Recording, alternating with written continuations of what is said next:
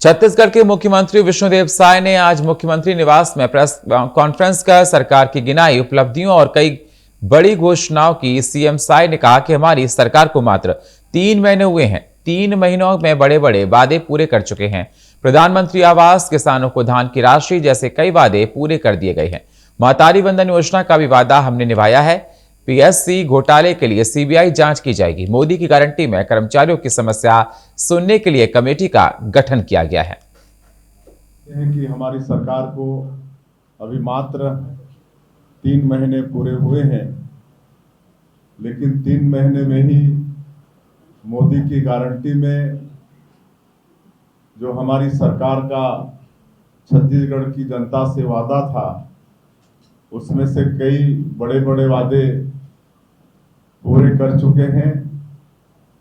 18 लाख प्रधानमंत्री आवास बनाने का निर्णय ले चुके हैं। 2 साल का धान का बकाया बोनस, 12 लाख से ज्यादा किसानों का 3716 करोड़ रुपए दे चुके हैं।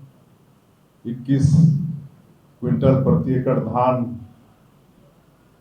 की खरीदी भी हुई है और 145 लाख मीट्रिक टन धान इस साल खरीदे हैं।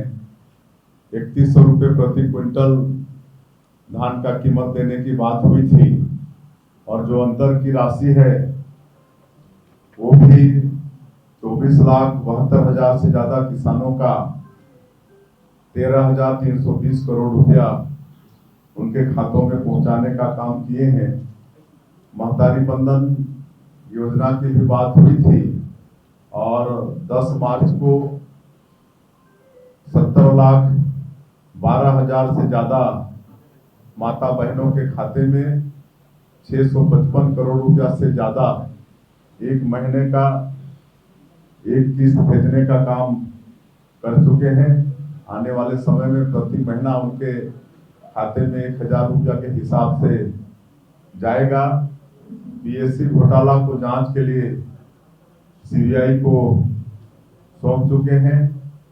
तेंदुपत्ता का सीजन आ गया है तो तेंदुपत्ता भी इस साल 5,500 रुपये प्रति मानक बोरा के हिसाब से खरीदेंगे। इसका भी निर्णय हम लोगों ने ले लिया है। सभी मुख्यमंत्री विष्णुदेव साय सरकार के 3 महीने पूरे होने पर सरकार के डिप्टी सीएम समेत मंत्रियों ने एक साथ प्रेस कॉन्फ्रेंस कर गिनाई उपलब्धियां। कहा, हमने अपनी पहली कैबिनेट में 18 लाख पीएम आवास को मंजूरी दी। 2 वर्षों को बकाया बोनस हमने 25 दिसंबर अटल जी के जन्मदिन के मौके पर दिया। महतारी वंदन योजना का भी क्रियान्वयन हमने किया, जिसका लाभ 70 लाख महिलाओं को मिलना शुरू हो गया है। धान बोनस के अंतरण की राशि भी हमने ही दी। हमारे वित्त मंत्री ओपीजी प्रबंधन शानदार है। बिना नए कर के हमने ये काम किया है। अपने वायदे के अनुसार पीएससी के मामले को भी हमने सीबीआई को सौंपा है। जो बच्चे पढ़ाई करते थे, मेहनत करते थे और नेता बड़े रसूखदार, उनके बच्चों का, बड़े अधिकारियों के बच्चों का सिलेक्शन हो जाया करता था पीएससी में। वो सारी भर्तियों के लिए ये कहा गया था जिसमें गड़बड़ी पाई गई थी उसकी सीबीआई जांच हम कराएंगे। ऐसा उस समय हमारे युवा मोर्चा के राष्ट्रीय अध्यक्ष जी ने भी घोषणा की थी और हमारे घोषणा पत्र में था। उस घोषणा को भी पूरा करते हुए विष्णुदेव सरकार ने उस पूरे प्रकरण को सीबीआई को सौंपा हुआ है। इसका ये भी काम संपन्न हो चुका है। शासकीय भर्तियों में पारदर्शिता, प्रभु श्री रामचंद्र जी के विग्रह का भव्य मंदिर में स्थापना के उपरांत रामलला के दर्शन के लिए हम सबको ले जाएंगे, यह घोषणा पत्र में था। वह प्रक्रिया भी प्रारंभ हो गई है और हर एक जिले से अब एक समूह राम भक्तों का वो सरकारी व्यवस्थाओं में जाकर के अयोध्या में दर्शन कर रही है। बहुत एग्रेसिव तरीके से, बहुत तेजी से, बहुत ही रिकॉर्ड स्पीड से सभी वादों को पूरा कर रही है, मोदी की गारंटी को पूरा कर रही है। पिछली सरकार के समय 2-4 हजार करोड़ किसानों को अगर जारी हो जाता था तो बोलते थे इकोनॉमी में बूम आ गई, अर्थव्यवस्था में बूम आ गई। अभी इस वर्ष धान के पेमेंट में, धान के लिए जो भुगतान किया गया है वो 44,000 करोड़ रुपए का भुगतान किया गया है। 44,000 करोड़ रुपए का, 13,300 करोड़ रुपए का अंतर की राशि और एमएसपी को हम मिला दें उसमें, तो सबको मिला करके 44,000 करोड़ रुपए का भुगतान हुआ है, जिससे ग्रामीण अर्थव्यवस्था को कितनी तेज गति मिलेगी इसका। छत्तीसगढ़ पर्यावरण संरक्षण मंडल द्वारा पर्यावरण संरक्षण के साथ विकास की परिकल्पना को सार्थक करने के लिए छत्तीसगढ़ विजन 2047 कार्यक्रम आयोजित किया गया, जहां वित्त मंत्री ओपी चौधरी पहुंचे हुए थे। इस दौरान उन्होंने मीडिया से बात करते हुए जीडीपी को दुगना करने की बात कही। उन्होंने कहा कि इस पूरे प्रोसेस में सभी का सहयोग जरूरी है। वहीं उन्होंने लोकसभा चुनाव को लेकर कहा कि मोदी जी को आशीर्वाद देने के लिए पूरे देश की जनता मन बना बैठी है।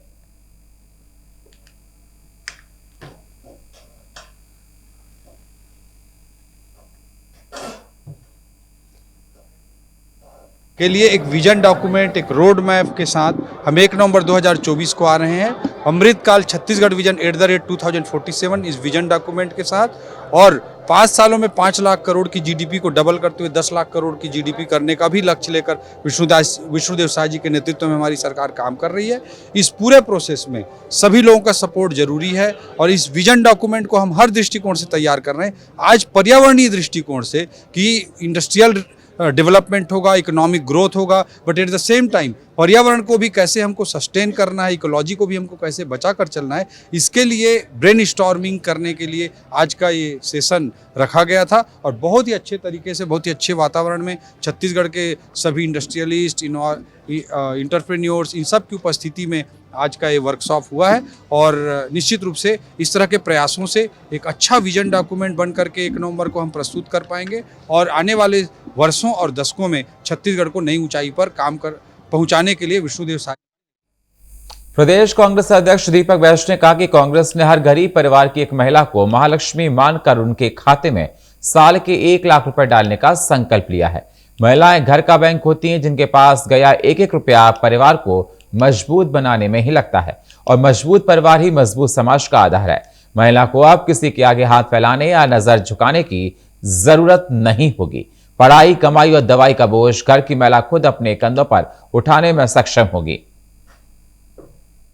हमारे नेता राष्ट्रीय अध्यक्ष माननीय मल्लिकार्जुन खड़गे जी, हमारे नेता माननीय राहुल गांधी जी ने और तमाम कांग्रेस पार्टी ने तय किया है कि हम अभी तक का 3 न्याय, किसान न्याय, युवा न्याय और नारी न्याय, इन महाशक्ति और न्याय को लेकर हम जनता के बीच में जाएंगे, ताकि जो लगातार 10 साल से केंद्र में काबिज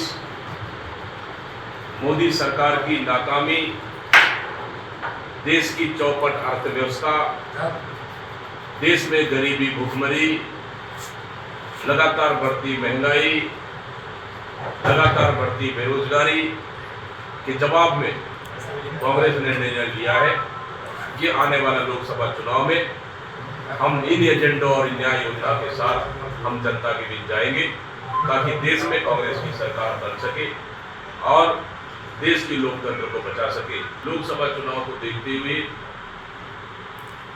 देश की अर्थव्यवस्था। लोकसभा चुनाव से पहले छत्तीसगढ़ में लगातार प्रशासनिक अधिकारियों का तबादले का दौर जारी है। एक बार फिर राज्य शासन ने भारतीय प्रशासनिक सेवा के 13 अधिकारियों का ट्रांसफर किया है। इसके लिए राज्य शासन ने आदेश जारी कर दिया है। जारी आदेश के अनुसार कई अधिकारियों को अतिरिक्त प्रभार भी सौंपा गया है।